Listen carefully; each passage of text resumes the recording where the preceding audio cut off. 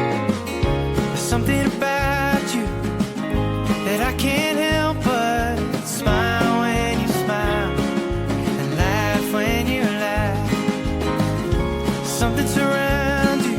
Well, welcome to the Human Intimacy Podcast. I'm Dr. Kevin Skinner with my co-host and friend, Amy Andres. Amy, how are you today?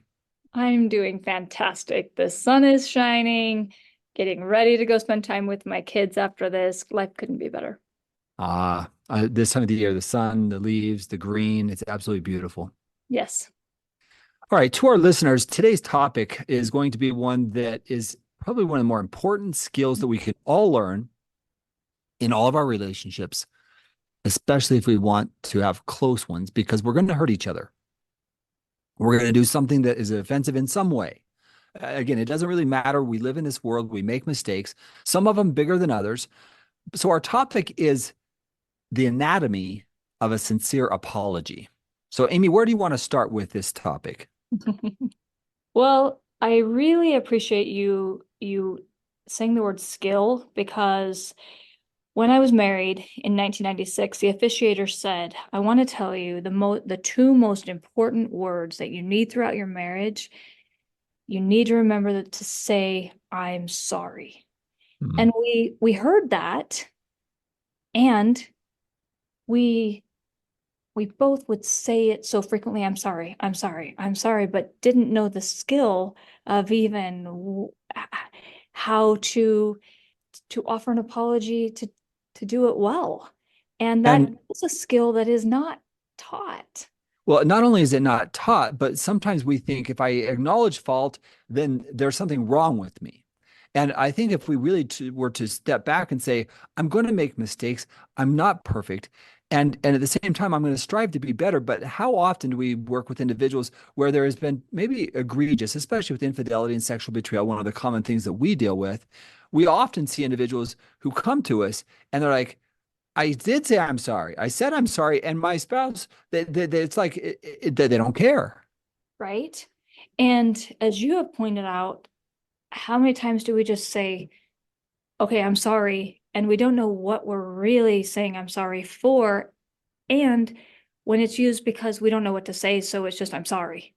Which I say is a cop-out, right? If you find yourself saying I'm sorry, I hope that after this podcast, you're going to have a whole new way of looking at this language of I'm sorry, because it has been my experience that when we, especially in our work, we have people say, I told my partner I was sorry.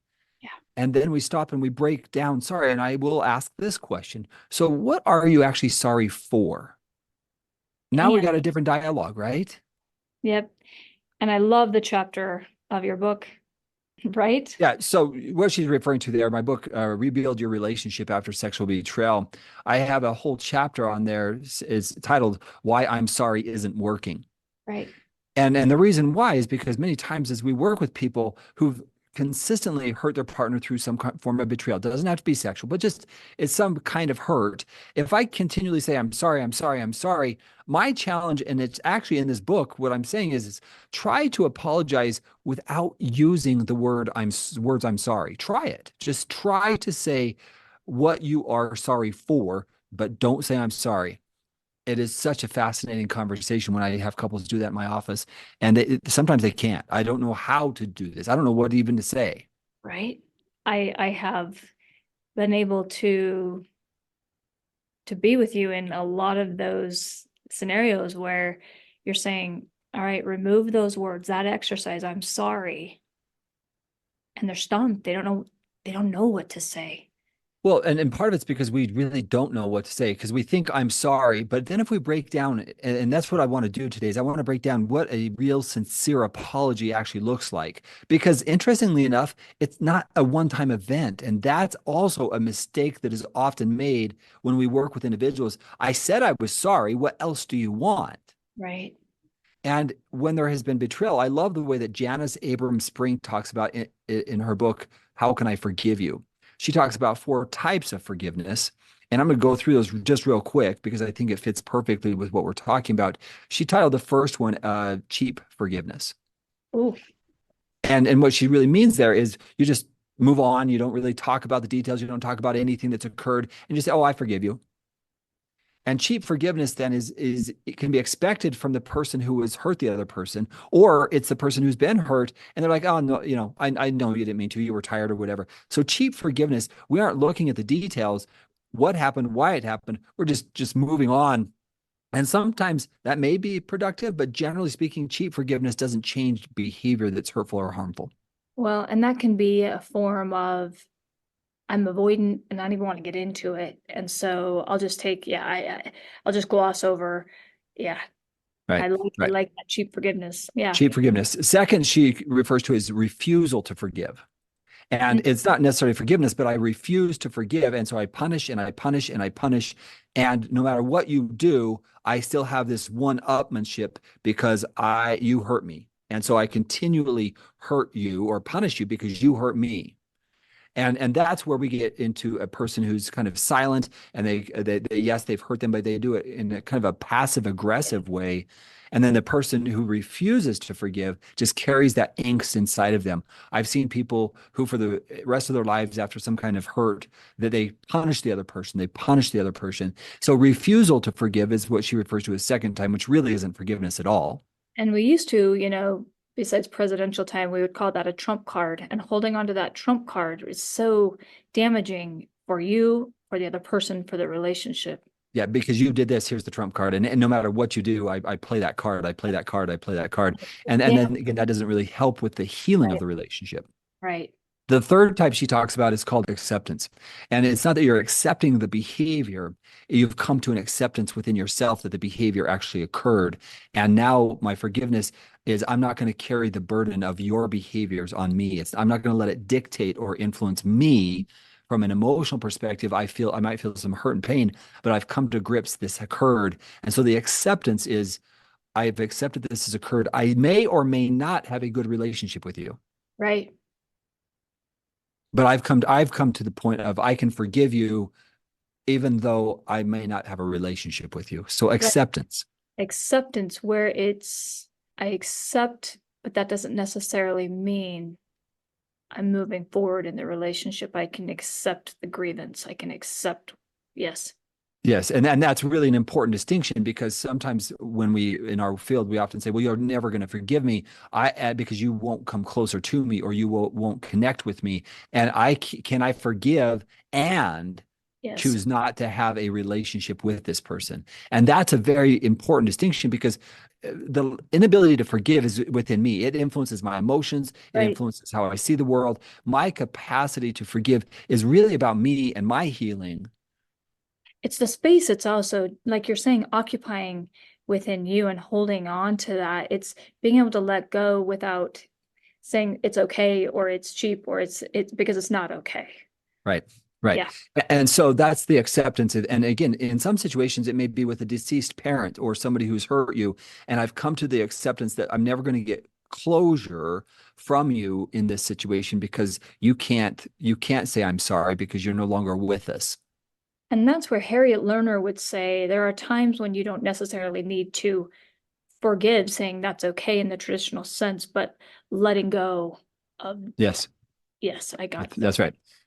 And then the fourth is what she calls genuine forgiveness. And it is truly a dance between two people. And if I was to go through a scenario in our field with sexual betrayal, the person who is offended is working to make amends and the betrayed partner is triggered.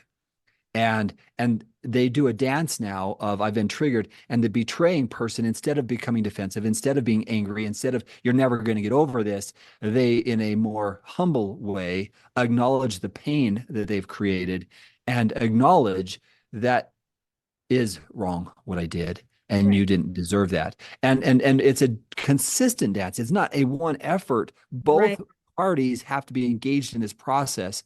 And when both parties are engaged in it, I'm not using that trump card, as you said, and I'm not giving cheap forgiveness. I'm acknowledging when the trigger comes or I'm hurt and you're able to respond. And it actually goes both ways. There gets to be the point where sometimes even the betrayed partner can acknowledge, there are times that I wasn't there and I wasn't available for you, or I was angry. And we come to this place where we're both acknowledging there's things I could have done better.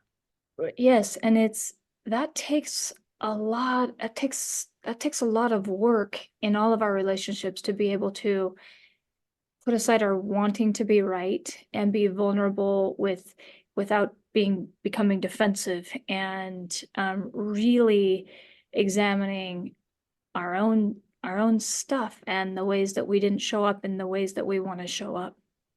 Yeah. And when we understand that, then we ourselves recognize I can be a better person. Yeah. Right. And again, if again, betrayal, the person who's acted out has more onus or responsibility to repair the relationship. Nevertheless, it takes two partners to heal, because that means if I'm the betrayed, I have to be willing to open my heart again to this person who has hurt me. And Right. and usually that occurs through them working to make amends. But it also means that my heart is going to take the risk with you again. Right. And that's hard to do.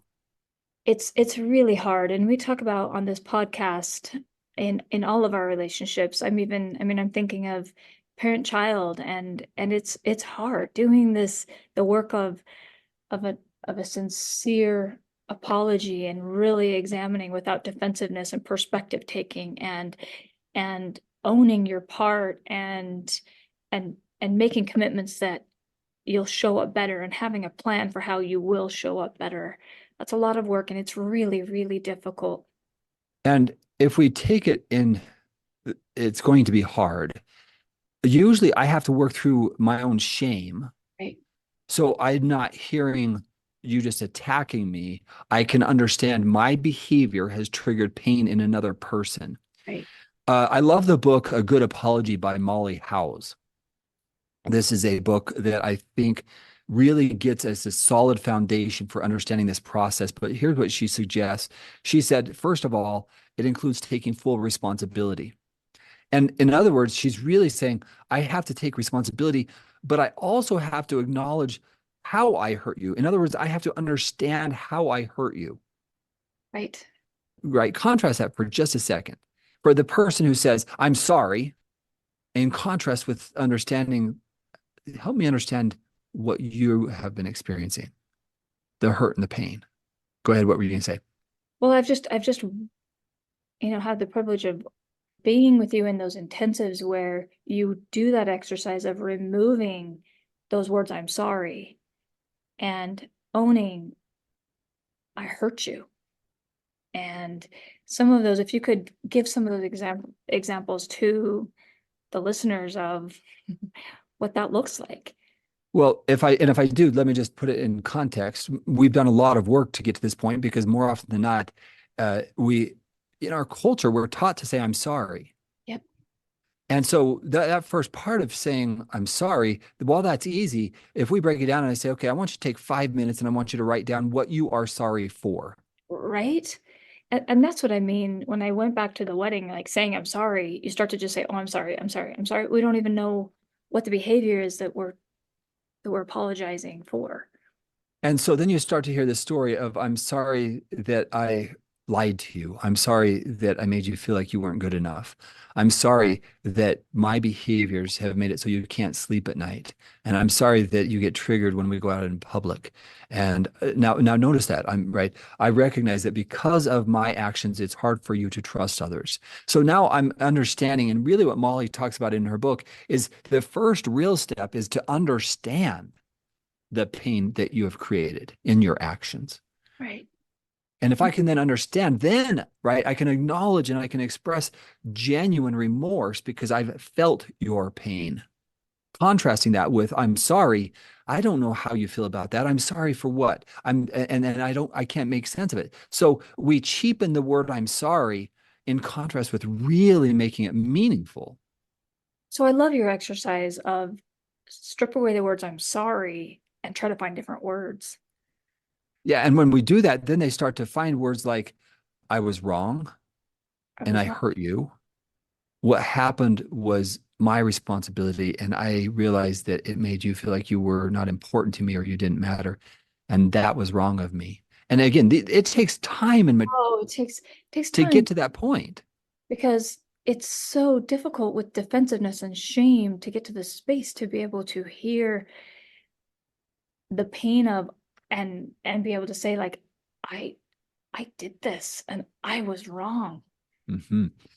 And I want to put it in another scenario for a second, because Molly Howes talks about it in this thing. When we say I'm sorry, one of the core things that we make a mistake with, maybe that's what I'll say, is some of the common mistakes. We just assume that if I say I'm sorry, that the onus is now on you Right. to forgive, to forgive. It's like kids like, oh, now it's back on, right? Yeah, I'm sorry. That's Now right, I've back on you. right, I've deflected it back. So this process of slowing this discussion down is really important for the healing process.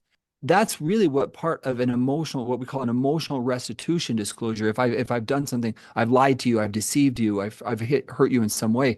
The power of that is it requires me to slow down, understand how I've hurt you, acknowledge how I've hurt you, and then I seek amends. And then I acknowledge, is this something that you can take and give me a chance to regain your trust? And I know your listeners are, because I've been the betrayed partner, and you hear, what you really want to hear is, as you say, like, I deeply regret and I feel so badly that I have hurt you. And I know that the women listening are like, oh, if he could just say that, right? Yeah, and what's interesting there, and let me just to say this, I can work with individuals to get them to the point where they can say it. But there is also the difference between the people who've paid the price to genuinely have that empathy and compassion, and it feels genuine. You can It, feel it is something that it's hard to describe, but usually, and I got to be very, this is really important here. The first or second time you do this, if you're listening and you're saying, okay, I'm going to try this, here's the thing. Your partner might get angry at you. it. Yeah. Why are you doing it now? You're just doing what that Dr. Skinner and Amy said that you should do. And why are you doing it? And that is normal. That's wave one. It's because and now imagine this. It's because I want to do this better because I didn't do it well in the past. Yeah. More genuine, right? Yeah, but why now? Right? If you really cared, you wouldn't have done it in the first place. You're right. Mm-hmm. I made so many mistakes, and you didn't deserve that. And you see, now we're going through multiple waves of this because you finally acknowledge that you're almost safe enough that I can be authentic and real and yell and scream. And we have to withstand that. And that's what most people can't do. And that's what we do when we come to intensives, is we teach people how to do that and stay authentic with those experiences. And I will say, I don't know, have I been working with you now 11, most of the time when you create that space of, they're looking at one another, they're feeling one another, we're stripping away that defensiveness and that holding that space, and you help them find those words, they're there because they still are in it. They want to hear the words. I think like you've said, when you don't even care to hear the words. When you're apathetic, we're in the most risky, when dangerous time of the relationship. That's right. So again, it's not just hearing the words. It's how do I get my place in my heart if I've done the offending, if I've hurt you? How do I understand your pain without going into my shame? Right. And that's a very important transition where if I can withstand it, not go into the shame place, then I can be with you in your pain. There's plenty of research that shows when our shame is elevated, our empathy is low. Right. So in order for us to get to this place where we can have a genuine apology, we do need to stop our behavior. We also need to address our shame so we can be present with the people that we've hurt's pain. And it's tricky, and it's doable, and it's a skill set that can be learned. And not only is it a skill set, it is required of all of us to learn how. Yes. Because if you're perfect and you've never hurt anybody in your life, would you Just send you, me a Dr. mail? Skinner. Would I'm you send me? saying. No, I guarantee you I have. But the reality is, if you have, just send me a message, questions@humanintimacy.com. I'd love to interview you Oh, because right. I've never, right? Because we hurt each other. We say things the wrong way. Because we're human beings. We're tired. We're not perfect. We do things and make mistakes. The question is, do we have enough insight and awareness to say, my behaviors, that was inappropriate. That wasn't right. And unfortunately, we hurt the people that tend to be the very, very, very closest to us. Our That's right. spouses, our children, our our families, our extended, those are the people, because we tend to hurt the people that we love the most. And that's where it's the most critical, whether as mothers with children or spouses, that we really learn how to walk through doing an apology really well and understanding the elements of it. Yeah. And here's the thing. You said it, and we said it in the beginning. It's a skill. It's learned. Is It's not inherited. The capacity to acknowledge and look in the mirror and say, are there things that I can do better to be in this relationship, to show up, to be present? Can I do that? and I'm mentioning motherhood a lot here because, the spousal relationship, I don't have that right now, but as a mom, how many times I really need to show up in a way that I'm hearing their pain and acknowledging the ways that I haven't shown up in the way I need to. And that's hard. And then to come back and say, I didn't handle that very well. Right. Or can you give me a do-over here because what I said was not right? Or, you know what, I was distracted and I forgot. The capacity in all of us to come back and in humility and humbleness say that I am sorry. Right. Right. That what I did in that situation, that should not have happened. That requires all of us to be mature enough to say, I am sorry. Right. Right. So I want to talk a little bit about this concept of a culture of apology. Mm. And what I'm really saying here is the culture of apology is my ability to say it's okay to make mistakes. It's okay for us to learn and then to grow from them. Now, if I continually repeat the same mistake and I'm not progressing and saying, I'm sorry, right, I'm not doing this, then I need to work more on getting structure to change my behavior. Right. Right, because then it really needs to be the onus on me. Because if I'm doing all this, but I'm just expecting I'm saying it the right way, why can't you forgive me? There has to be this progression out of whatever unhealthy behavior that I'm engaging in. Otherwise, then I'm just continually asking you to move on with me, but I'm not making the change of behavior that has been hurting you. Right. So can you give us an example of that?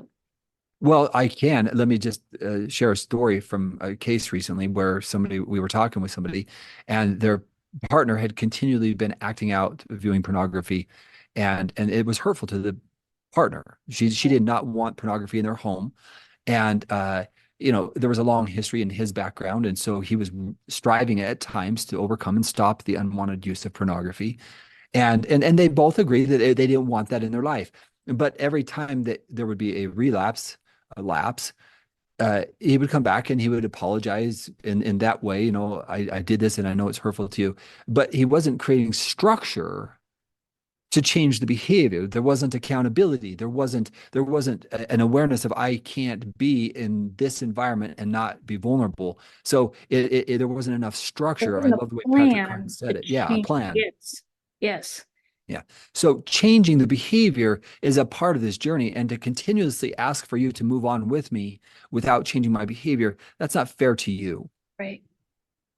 Or the us, if it's just, That's okay, right. we're going to keep going through this, but we don't have a plan for what are we going to do differently. And, having that, like, as you say, that structure and a plan for what are we going to do differently, or else we're just going to continually hurt each other. And where's the fun in that? Right. And what's interesting about this is when we start to have the language, when we start to understand each other, we begin to see each other on a deeper level. I understand that you are gaining awareness into how your actions influence me and how my actions influence you. So we begin to see each other in a more authentic way. And I begin to feel you because you're able to say, I acknowledge that when I do this and when I did that, that was wrong. Right. And if I do that, then you start to see how I feel. If I can't see how you feel, Amy, and again, going back to the challenge of just saying, I'm sorry, if I don't understand how you feel about something, then I'm left to my interpretation. Again, what are you sorry for? What is the behavior? I don't know how you're feeling about this, right? Yeah, and then if I'm guessing and you've really hurt me deeply, then I'm going to assume that you really don't understand me. And how many times have we heard people say, Mm, I don't feel my partner understands me? I know. And I believe most of the time they want to, they just don't know how. Right. And that they do want to, but I'm afraid that if I show that, then you're going to be angry at me and you're going to be angry at me. And that's why I say we have to learn how to go through these waves by consistency. And that's what I believe Janice Abram Spring is talking about in her book, How Can I Forgive You? Is that genuine forgiveness is I understand that this may take a period of time for me to regain your trust because where I've been has Right. not been working. Right. All right. So, a couple of tips that I just want to leave with everybody. First and foremost, pause and reflect on if you've hurt somebody, pause and reflect on what those actions have done to you and to them. Write it down. Try to understand your partner's perspective or the person's perspective, your child's or whoever you've offended. Try to genuinely understand them. That's what Molly Howes would say in her book, A Good Apology. Seek to understand, then acknowledge the pain. No, notice two separate things. I'm seeking to understand. And the second part of it is I'm literally trying to communicate it, how it's hurt you. And those are the skills of learning empathy, right? Perspective taking, and then recognizing the feeling and communicating the understanding of the pain, right? Yes. So once I've done that, then my genuine remorse is the acknowledgement of the pain I've created. And then, as you say, communicating that and coming back within a plan of, okay, how can I do better? How can I change this? Yes. Yes. So let me add one final part here. In every relationship, we do hurt each other. Yep. And we And that will. and that tip really is to look in the mirror.